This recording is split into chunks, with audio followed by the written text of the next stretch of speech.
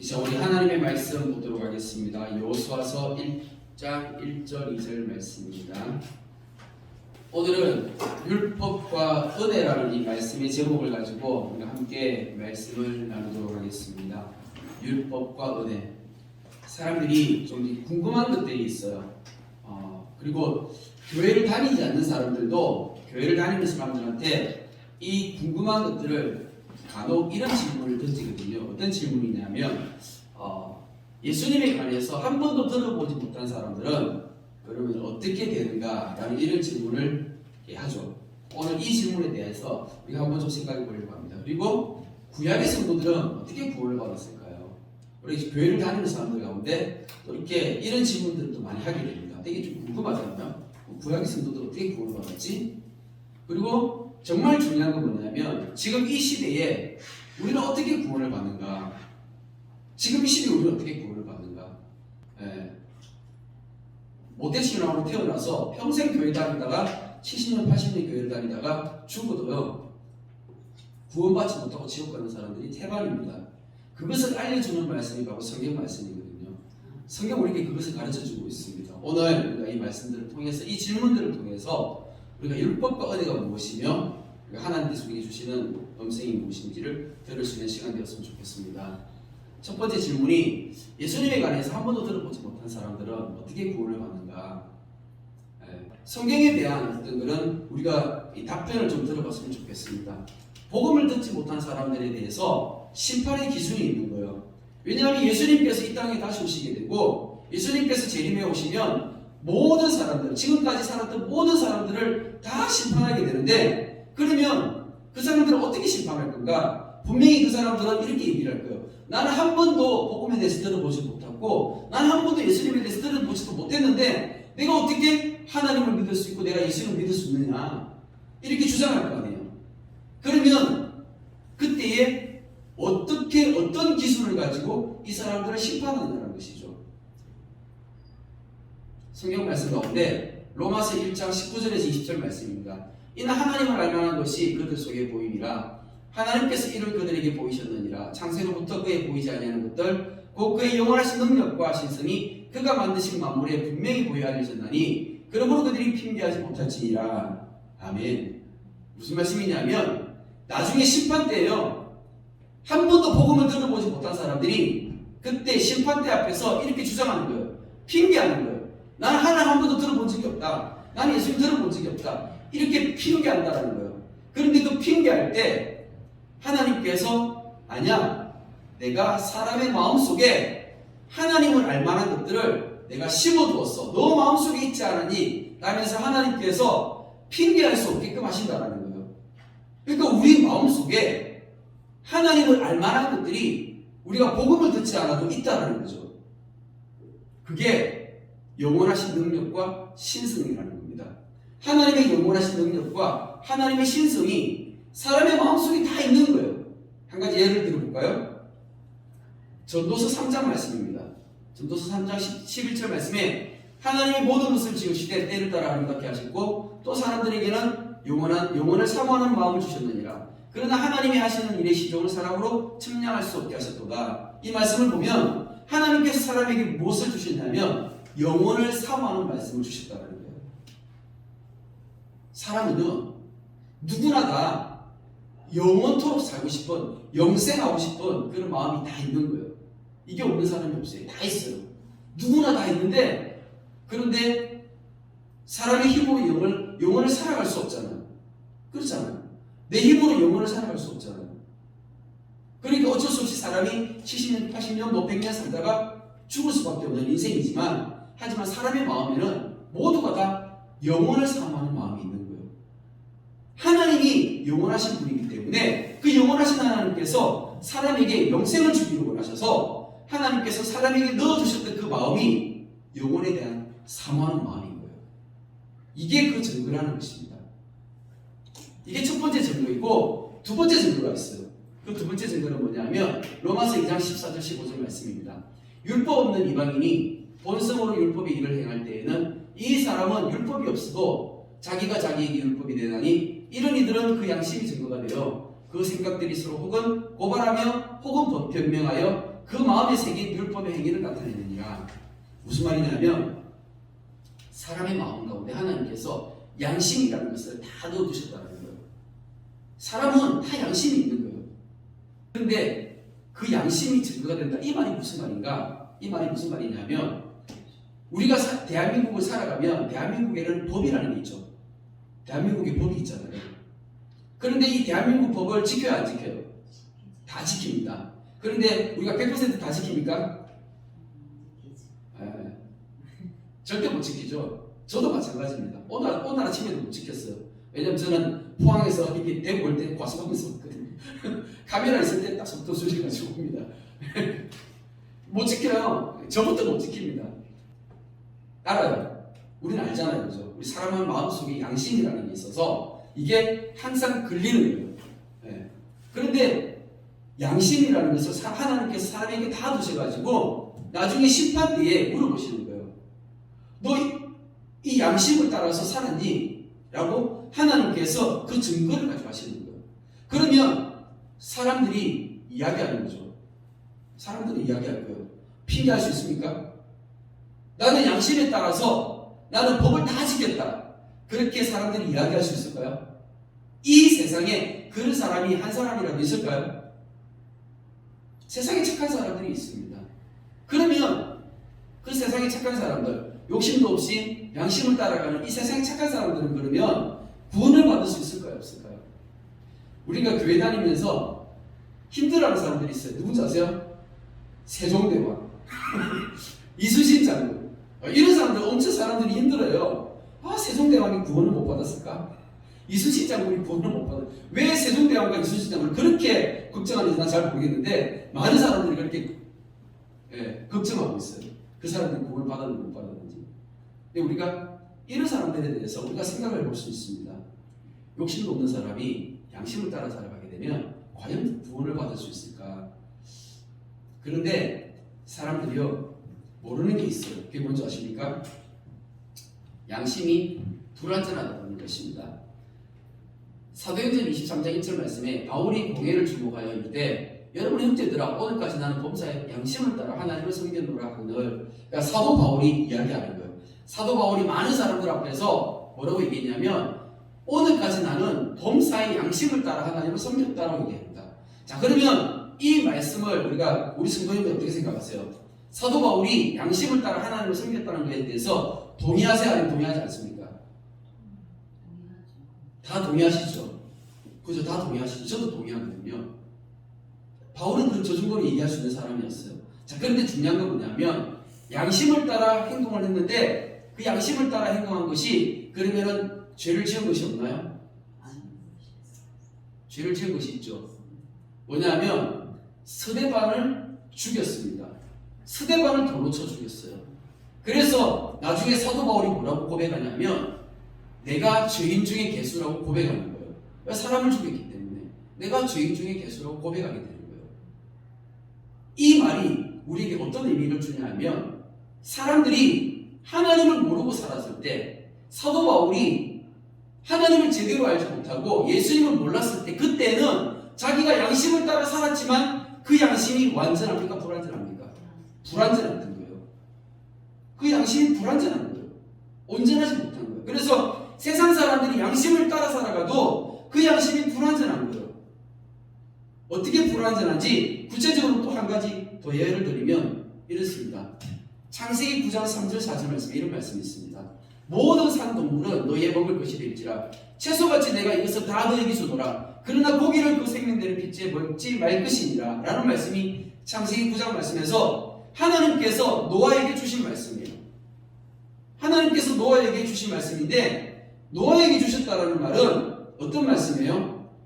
모든 사람에게 모든 인류에게 다 주시는 말씀이에요. 자, 그러면 고기를 이제 먹을 수 있어. 원래 노아 홍수 이전에는요 사람들이 채식만 했었거든요. 채식만 했기 때문에 고기를 먹지 않았는데 노아 홍수 사건 이후에는 이제 하나님께서 고기를 먹어도 된다라고 하나님께서 허락하셨어요. 그래서 그때부터 이제 고기를 먹는데 대신에 고기를 먹되 피는 먹지 말라 말씀하신 거예요. 왜 하나님께서 피를 먹지 말라고 말씀하셨을까요? 그 이유가 있는 거예요. 그 이유가 뭐냐면 피는 곧 생명을 나타내는 것이기 때문에 그래서 생명의 주인 되시는 분이 하나님이신 거예요.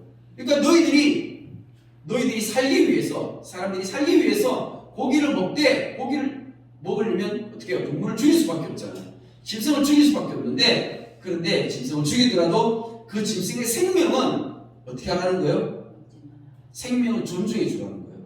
왜냐하면 하나님께서 생명의 주인 되시고 그 짐승의 생명도 소중하기 때문에 그 생명을 기억하는 의미로 피는 먹지 말라고 하나님께서 말씀하신 거예요. 이거 모든 인류에게 주신 말씀이에요. 자, 그런데 이방인들이 이 말씀을 알아요, 몰라요? 모르잖아요. 그러니까 어떻게 해요? 그냥 맛있게 먹는 거예요. 뭐를요? 피를 그냥 맛있게 먹는 거예요. 우리나라에도 선지국을 먹잖아요. 선지가 뭐예요? 소피잖아요. 소를 잡았을 때 그 피를 가지고 그 피를 그냥 그대로 굳어지죠. 소피가 굳어지니까 그게 선지거든요. 그래서 선지국 끓이는 거예요. 그런데 돼지 피를 가지고 이렇게 만들어서 음식을 먹는 게 순대잖아요. 그러니까 순대는 돼지 피를 가지고 만들고 소피를 가지고 선지국을 만드는 거예요. 사람들이 이걸 잘 먹는 거예요. 목사님들이 하는 말이 뭔지 아세요? 율법은 다 폐해졌다라고 하면서 이걸 그냥 마음대로 먹어요. 근데 그분들은 하나는 하고 둘을 모르는 거예요. 창세기 9장의 말씀을 제대로 이해하지 못하고 있습니다.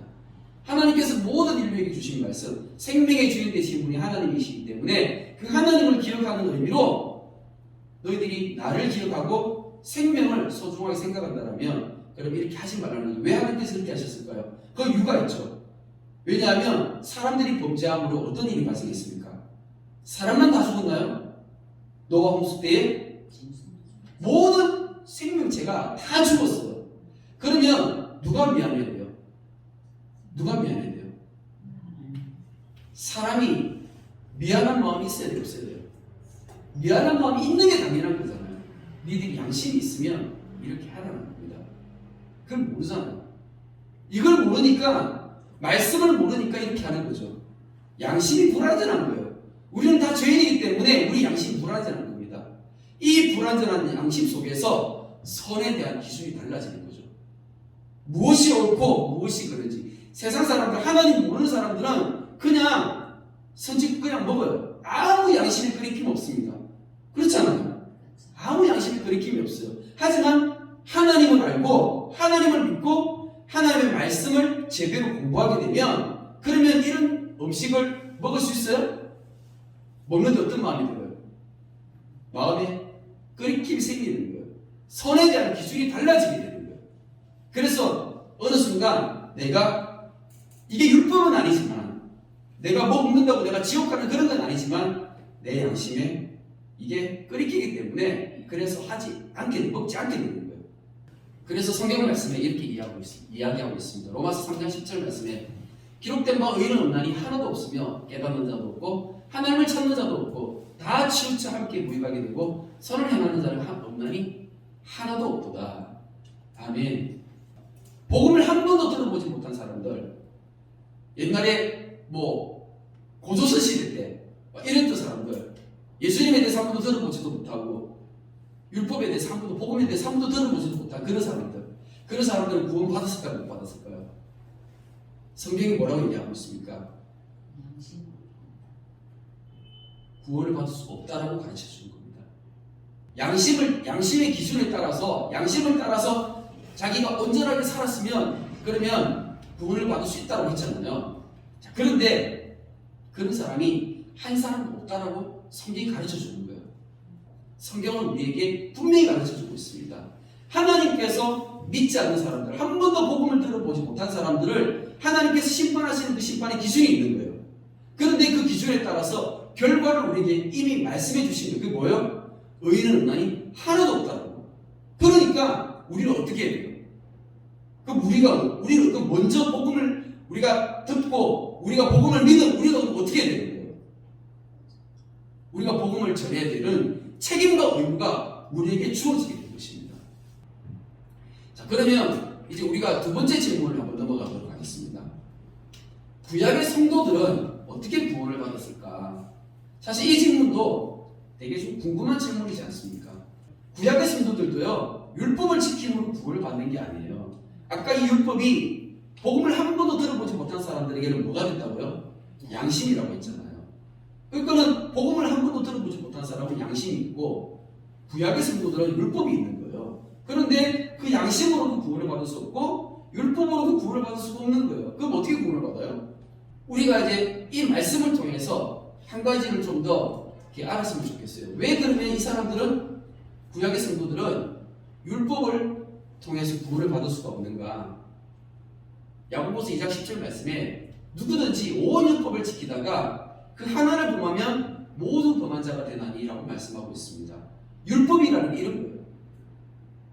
율법이 600가지가 넘거든요. 구약 성경에 나오는 율법이 600가지가 넘는데, 뭐 정확하게 613가지 정도 된다고 하는데, 그런데 그 율법을 열심히 다 지켰다가도 한 가지만 어기게 돼도 구원을 받을 수 없다라는 거예요. 성경이 그렇게 가르쳐주고 있습니다. 따라서 구약의 성도들은 그러면 어떻게 구원을 받을 수 있는가? 거기에 대해서 우리에게 성경은 이렇게 얘기해주고 있습니다. 뭐냐면 구약의 성도들도 믿음으로 구원을 받았다라고 가르쳐주고 있습니다. 우리 히브리서 11장 말씀을 한번 찾아보도록 하겠습니다. 히브리서 11장 4절 말씀, 믿음으로 아벨은 가인보다 더 나은 제사를 하나님께 드림으로 라고 하고 있습니다. 그러니까 아벨은 언제 첫사람이에요? 사실 율법이 오기 전에, 훨씬 이전에 아담의 아들이잖아요. 그죠? 처음 사람이었습니다. 그 처음 사람부터 어떻게 구원을 받았는가? 믿음으로 구원을 받았다라고 가르쳐주고 있습니다. 5절 말씀에 믿음으로 에녹은 죽음을 보지 않고 라고 하면서 에녹이 구원을 받았는데 믿음으로 구원을 받았다라고 가르쳐주고 있습니다. 7절 말씀에 믿음으로 노아는 하면서 노아도 믿음으로 구원을 받았어요. 그리고 8절에 믿음으로 아브라함은 하면서 우리가 잘 아는 이 믿음의 조상 아브라함도 동일하게 믿음으로 구원을 받은 거예요. 20절 말씀, 믿음으로 이삭은 하면서 이삭도 믿음으로 살았다라는 것입니다. 21절에 믿음으로 야곱도 믿음으로 살았고요.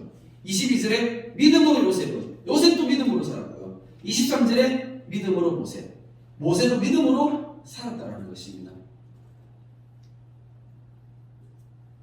31절 말씀에 믿음으로 기생 라합은 하면서 기생이라는 단어가 어떤 의미예요? 죄인이라는 의미잖아요. 그죠? 몸을 파는 창녀였어요. 그랬던 창녀였던 이 라합이 어떻게 구원을 받았다고요? 믿음으로 받았다라고요. 32절 말씀에 내가 무슨 말을 더하리요? 기드온, 바락, 삼손, 입다, 다윗 및 사무엘과 선지자들 모든 사람들이 다 믿음으로 구원을 받은 것에 대해서 지금 성경이 이야기해주고 있습니다. 구약의 성도들도요, 믿음으로 구원을 받았습니다. 그러면은 뭘 믿었다는 것입니까? 구약의 성도들이 지금 믿음으로 구원을 받았다고 했잖아요. 그럼 이 사람들은 그 무엇을 믿는다? 이게 중요한 거잖아요. 그러면 이 사람들이 어떻게 믿음으로 구원을 받았을까? 구약의 성도들은 오실 메시아를 믿었다. 오실 예수님을 믿었다. 그렇게 믿고 구원을 받았다. 이렇게 얘기하면요. 제 같으면은 100점 중에 10점도 안 줍니다.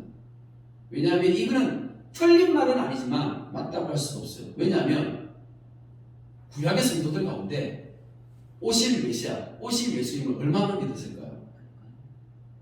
아니 예수님의 제자들도 예수님이 죽었다가 살아나는 그 부활의 현장까지 다 묶여가고도 어떻게 했어요? 다시 고기 잡으러 갔어요. 그렇잖아요. 하나님의 말씀을 잘 알았다는 게 몰랐다는 거예요. 몰랐다는 거잖아요. 아니 예수님의 제자도 잘 몰랐는데 그럼 도대체 누가 알고 오실 메시아를 믿고 오실 예수님을 믿었다는 겁니까? 많은 교회에서 많은 목사님이 이렇게 가르쳐요. 그렇잖아요. 한번 곰곰이 생각해 보십시오. 이 말이 틀린 말은 아니지만 실제로 성도들에게는 이게 적용되어질 수가 없는 거예요. 그러면 어떻게 구원을 받았을까? 무엇을 믿었을까? 오늘 우리가 읽었던 여호수아서 1장 본문의 말씀입니다. 여호수아 1장 1절 2절 말씀 제가 한번 읽어보도록 하겠습니다.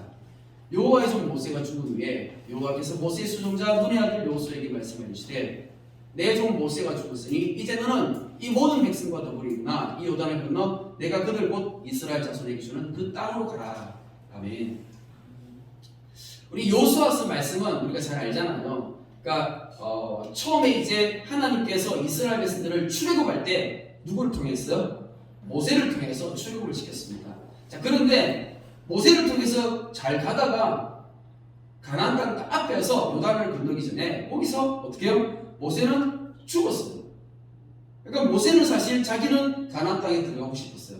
하지만 가나안 땅에 들어가지 못하고 대신 누가 이스라엘 백성들을 인도해서 그 땅으로 들어갔습니까? 여호수아가 이스라엘 백성들을 인도해서 가나안 땅으로 들어가게 된 거예요. 그래서 모세와 여호수아라는 이 인물을 통해서 하나님께서 우리에게 주는 메시지가 있습니다. 뭐냐면 모세는 가나안 땅을 들어가지 못했어요. 그런데 여호수아가 이스라엘 백성들을 가나안 땅으로 데리고 들어간 거예요. 이게 상징하는 바가 있다는 것입니다. 자, 모세와 여호수아 과연 무엇을 상징하는지 한번 생각해 보도록 하겠습니다. 모세는요 율법을 상징하는 거예요. 율법을 상징합니다. 왜 율법을 상징하냐면 하나님께서 이스라엘 백성들에게 시내산에서 율법을 주셨는데 누구를 통해 주셨어요? 모세를 통해서 율법을 주셨습니다. 그래서 사실 모세는 율법을 상징하는 사람인데 그런데 이 모세가 하나님 앞에서 참 충성된 종이었어요. 그런데 이 말씀에도 조금 전에 여호수아서 1장 1절 말씀에도 보니까 여호와의 종 모세라고 했잖아요. 여호와의 종 모세라는 것은 모세가 그렇게 하나님 앞에서 충성된 종이었다는 거예요. 그럼에도 불구하고 딱 한 번 하나님의 명령을 어겼습니다. 그게 민수기 20장 12절 말씀에 나오는데 머리바 물 사건이라고 하나님께서 모세에게 명령하셨죠. 이스라엘 백성들이 물이 없어가지고 막 모세한테 대항해서 들고 일어나니까 그때 저 반석을 향해서 물을 내라고 명령이라는 거죠. 물을 내라고 명령을 하려는데 모세가 어떻게 했나요? 반석을 때렸어요. 2번 쳤어요. 그래가지고 2번 때려가지고 물을 냈는데 그런데 사실 모세도 억울한 게 있을 거예요. 왠지 아십니까? 왜 모세가 억울하냐면 예전에 처음 머리바에서 모세가 물을 냈을 때는 하나님께서 반석을 치라고 하셨거든요. 그래가지고 처음에는 반석을 쳐가지고 물을 냈어요. 근데 두 번째는요 모세에게 반석에게 명하라고 하시는 거예요. 그럼 모세 입장에서는 처음에는 치고 두 번째는 명령을 하라고 하는데 모세는 사람이잖아요. 헷갈려요, 안 헷갈려요? 나이가 얼마예요, 지금? 나이가 80이 넘으면 막 헷갈리잖아요. 그러니까는 아까 맨치로 이렇게 해요? 그냥 때린 거잖아. 억울하죠. 그런데 하나님이 딱 하시는 말씀이 뭐예요? 너는 이 일로 인해서 내 영광을 가리웠기 때문에 너는 가나안 땅에 못 들어가. 이렇게 말씀하시니까 모세 입장에서는 억울해하는 거예요. 진짜 억울한 거죠. 이게 뭐냐고. 모세 입장에서 억울한 거예요. 근데 하나님은 안 돼. 라고 하시면서 모세를 가나안 땅에 들이시지 않으셨다는 것입니다. 이것은 뭐냐면 율법을 상징하는 거예요. 하나님의 말씀을 모세는 다 순종했습니다. 하나님의 말씀을 다 순종했지만 딱 한 번 어겼어요. 딱 한 번 어겼는데 그 한 번 어긴 걸 어떻게 된다고요? 이게 가나안 땅에 들어가지 못하는 거예요. 이것은 율법은 다 지켜도 한 가지만 어겨도 다 어긴 거하고 똑같다는 것을 상징적으로 가르쳐주는 것입니다. 여기에 비해서 여호수아가 이야기하고 있는 게 있습니다. 여호수아는요 원래 이름이 호세아였어요. 호세아라는 이름은 구원이라는 뜻이에요. 근데 이게 구원이라는 뜻인데 근데 하나님께서 이 호세아를 모세 종으로 붙여주셨잖아요. 근데 이 모세가 이제 호세아를 이제 자기 종으로 부리면서 이름을 바꾸었어요. 뭐로 바꿨습니까? 여호수아로 바꿨죠. 모세가 이제 호세아를 여호수아로 부르면서 이 여호수아의 원래 히브리어 그대로 이제 정식 발음이 예호수아예요. 여호수아. 그러니까 이 여호수아라는 뜻이 뭐냐면 여호와는 구원이시다라는 뜻이에요. 그래서 여호와는 구원이시다.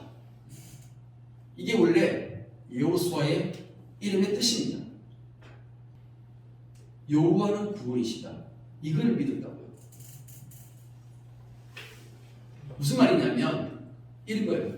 구약의 성도들은 율법을 지키는 가운데 자신이 그것들을 모두 지킬 수 없음을 깨닫고 스스로 죄인임을 깨닫게 되어지는 것입니다. 그래서 우리가 신약 성경 말씀에 이것을 로마서 말씀에서 가르쳐 주잖아요. 구약의 율법은 죄를 어떻게 한다고요? 깨닫게 하는 것이라고요. 율법은 죄를 깨닫게 하는 것이고 그 죄를 깨달음으로 인해서 나는 죄인입니다. 그러니까 내게는 뭐가 필요해요? 내게 은혜가 필요합니다. 하나님 나를 구원해 주십시오. 이 이름의 뜻이 뭐라고요? 여호수아, 여호와는 구원이시다. 내가 힘껏 율법을 지키는 가운데서도 나의 부족함과 나의 연약함을 깨닫고 하나님 내게 은혜를 베풀어 주십시오. 이게 믿음으로 구원을 받는 거예요. 그런데 여기 이 믿음과 대조적인 사람들이 있는 거예요. 대표는 누구냐면 바리새인들과 같은 사람들이요. 이 사람들은 어떤 사람이에요? 이 사람들은요 율법을 지켜가지고 구원을 받을 수 있다라고 믿는 사람들이었죠. 그러니까 이 사람들은 율법을 철저하게 지키려고 합니다. 구약의 성도들은 율법을 통해서 자신이 죄인임을 깨닫고 하나님의 은혜를 바라는 사람들이었습니다. 이게 참된 믿음이었어요. 그러면 지금 이 시대에 우리는 어떻게 구원을 받나? 예수를 믿는 믿음으로 구원을 받습니다. 그런데 또 이게 또 이제 헷갈리는 거예요. 왜냐하면 평생 교회를 다니면서도 예수님 믿는 게 뭔지는 모르는 거예요. 그렇잖아요. 평생 교회를 다니면서 예수님 믿는 게 뭔지 모르면 이것도 이렇게 문제가 되는 거지 않습니까? 오늘 말씀을 통해서 예수님 믿는 게 무엇인지를 우리가 좀 더 그래도 조금 더 깊이 있게 알았으면 좋겠습니다.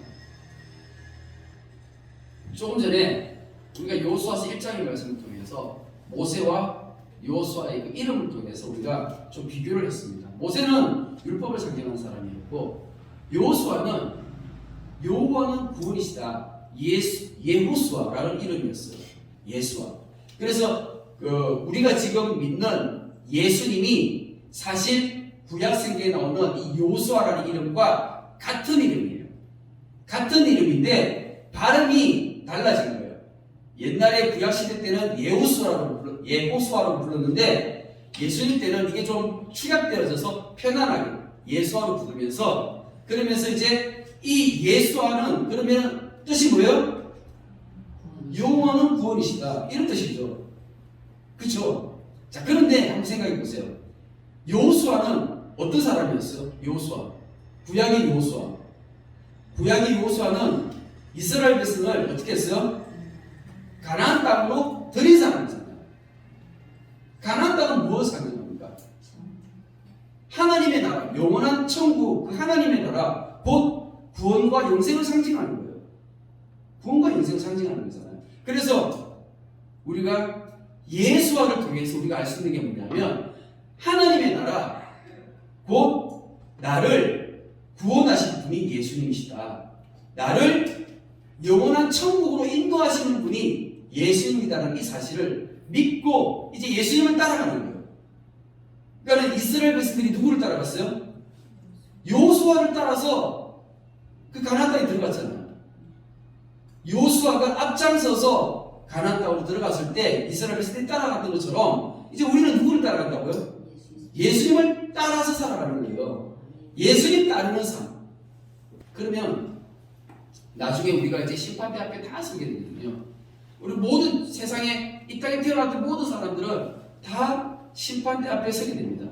하나님의 심판대 앞에 설 때 그때 하나님은 우리의 믿음을 어떻게 판단하십니까? 이게 진짜 중요한 거죠. 왜냐하면 많은 사람들이 나는 예수님 잘 믿었다고 얘기를 합니다. 그런데 하나님은요 그렇게 얘기하지 않으세요. 진짜가 있고 가짜가 있다는 거예요. 그래서 예수님께서는 알곡과 가라지라는 비유를 사용하셨고 양과 염소라는 비유를 사용하셨습니다. 그죠? 그러니까 진짜가 있고 가짜가 있는 거예요. 근데 자기들은 다 진짜라고 얘기했죠. 나는 다 진짜예요. 근데 하나님께서는 이것을 어떻게 판단하시냐고. 나는 예수님께서 오셔서 심판하실 때 진짜와 가짜를 어떻게 판단하시냐. 이게 문제인 거잖아요. 요한복음 1장 17절 말씀에 율법은 모세로 말미암아 주어진 것이요 은혜와 진리는 예수 그리스도로 말미암아 온 것이라 라는 말씀이 있습니다. 이 말씀이 어떤 의미냐면 예수 그리스도가 뭐라는 거예요 지금? 은혜라는 거예요. 하나님이 예수 그리스도를 우리에게 은혜로 주셨다는 겁니다.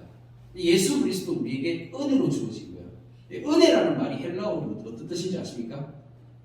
선물이라는 뜻이에요. 예수님은요 하나님이 우리에게 주신 선물이에요. 자, 그러면 진짜와 가짜를 판별하는 기준은 굉장히 간단해요.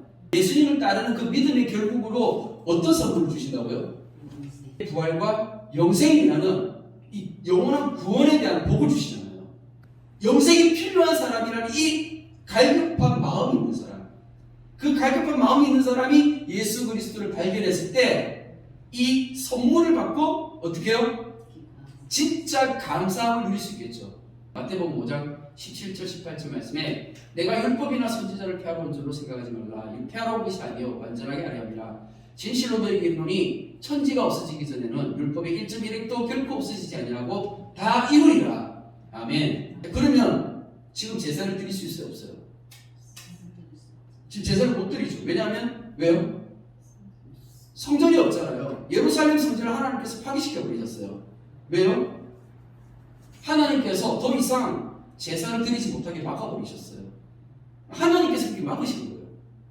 하나님께서 막으셨기 때문에 그래서 우리는 이제 더 이상 양이나 소를 가지고 가서 짐승을 잡아 죽이는 그런 제사를 드릴 수가 없는 거예요. 대신에 하나님께서 우리에게 예수 그리스도를 통해서 구원의 길을 따로 열어주셨어요. 그래서 우리는 그것을 통해서 아는 거예요. 뭐냐면 예전에 그 율법을 통해서 구약의 제사가 있었는데 이 구약의 제사가 예수님을 통해서 어떻게 된 거예요? 이제 그 율법이 이루어진 거잖아요. 예수님께서 율법을 이루신 거예요. 예수님께서 이 제사 율법을 다 이루셨어요. 그래서 우리는 예수 그리스도를 통해서 제사를 드릴 수 있는 것입니다. 하나님 앞에. 그러면 성경에 나오는 모든 말씀이 다 이제 그러면 다 이루어졌습니까? 성경에 나오는 모든 말씀이 다 이루어지지 않았어요. 여전히 아직까지 이루어지지 않은 말씀도 있잖아요. 그러면 우리는 어떻게 해야 돼요? 예수님께서 성경의 말씀을 이루셨던 것처럼 우리도 이 말씀을 읽고 연구해서 이 말씀이 원하는 게 무엇인지 바르게 알아서 우리도 동일하게 예수님처럼 그렇게 말씀을 이루는 삶을 살아가야 되는 거예요. 하나님의 말씀 우리가 성취하는 거예요. 하나님의 말씀을 성취한다는 게 이해가 되어지십니까? 아까 제가 예를 들어서 말씀드렸잖아요. 창세기 9장에 있는 말씀에 핏째 먹지 말라는 말씀을 내가 바르게 깨달았으면 그럼 어떻게 해요? 우리는 그렇게 하는 거예요. 내 양심에 따라서 그렇게 그런 삶을 살아가는 거예요. 그렇게 삶을 살아가게 되면 그 자체가 뭐예요? 율법을 이루는 거예요. 그런즉 우리가 믿음으로 말미암아 율법을 파기하느냐 그럴 수 없느니라. 도리어 율법을 굳게 세우느니라. 아멘. 로마서 3장 31절 말씀에 율법을 굳게 세운다라고 우리가 그렇게 살아간다라고 말씀을 가르쳐주고 있습니다. 우리는 율법을 굳게 세우는 사람들이에요. 하나님의 말씀을 이루어가는 사람들입니다. 예수님께서 말씀하셨어요. 모든 민족에게 복음이 전도되어지면 그제야 끝이 오리라. 그러면 이 말씀을 바르게 깨달으면 우리 어떻게 해야 돼요? 모든 민족에게 복음이 전도되어지기 위해서 우리가 힘써야 되잖아요. 우리가 수요일날 모여서 우리 수요 기도할 때마다 미전도 종족을 위해서 기도하고 있습니다. 이거 형식적으로 할까요? 아니면 제가 진심으로 해야 될까요? 어떤 사람이 진심으로 할 수 있죠? 예수 그리스도가 선물임을 깨닫고 내 마음 가운데 진짜 그 은혜에 감사하는 마음이 있다면 이제 우리가 이런 일들을 할 때 형식적으로 하는 것이 아니라 진심으로 하게 되는 거예요. 로마서 6장 1절 말씀에 그런즉 우리가 무슨 말을 더하리요? 은혜를 더하게 하리고 죄에 거하겠느냐? 우리는 예수님을 믿음으로 우리가 구원을 받죠. 우리가 예수님을 따르면서 이제 구원을 받는데 중요한 건 뭐냐면 그럼에도 불구하고 우리는 이 땅을 살아가면서 죄를 지을 수밖에 없는 인생이에요. 그러면은 죄를 지어도 되는 것입니까? 우리에게 은혜 위에 은혜를 더하려고 우리가 죄를 그렇게 함부로 쉽게 지을 수 없다라는 것입니다. 우리가 하나님의 말씀, 율법을 바르게 알면 그 율법 안에 하나님의 마음을 볼 수가 있는 거예요. 그 율법 안에 담겨진 그 하나님의 마음을 보고 우리가 그 하나님의 마음을 따라서 힘껏 살아가려고 우리가 그 말씀을 성취하기 위해서 힘써 애쓰게 되어지는 것입니다. 이게 바로 거룩한 성도의 흰옷 입은 성도들의 삶의 모습입니다. 우리 주님의 교회가 다 이렇게 되어지기를 축복합니다. 아멘. 사랑의 하나님 감사합니다. 하나님의 사랑과 은혜 가운데 하나님도 오늘 말씀을 통하여 주님 많은 것들을 생각하며 깨달을 수 있는 은혜를 베풀어 주시니 감사를 드립니다. 주님, 내가 무엇이간데 주님 나를 택하여 주셔서 주님께서 나에게 이 복음을 전해주셨습니까? 세상에 너무나 많은 사람들은 단 한 번도 복음을 들어보지 못하고 이 땅 가운데 한평생 살다가 죽은 사람들이 얼마나 많은데 주님, 내가 무엇이간데 주님 내게 이 복음을 주셔서 이 복음을 깨닫게 하여 주시고 또 내가 예수님으로 인하여 정말 생명을 얻을 수 있는 그 참된 구원을 주님 우리에게 주셨습니까? 주님, 이 은혜와 이 감사를 주님 내가 어떻게 표현할 수 있으며 주님 나의 삶 가운데 이것들을 어떻게 드러낼 수 있습니까?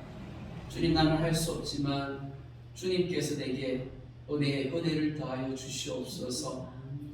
주님, 그렇습니다. 하나님의 말씀을 통하여 율법을 바르게 깨닫게 하여 주시옵소서. 우리가 어리석은 자들처럼 그렇게 우리가 율법을 지키기 위해 힘쓰는 것이 아니라 먼저 하나님의 말씀을 알고 하나님의 마음을 알아 우리의 삶이 율법을 이루어가는 삶이 되어질 수 있도록 그렇게 하나님께서 은혜를 베풀어 주시옵소서.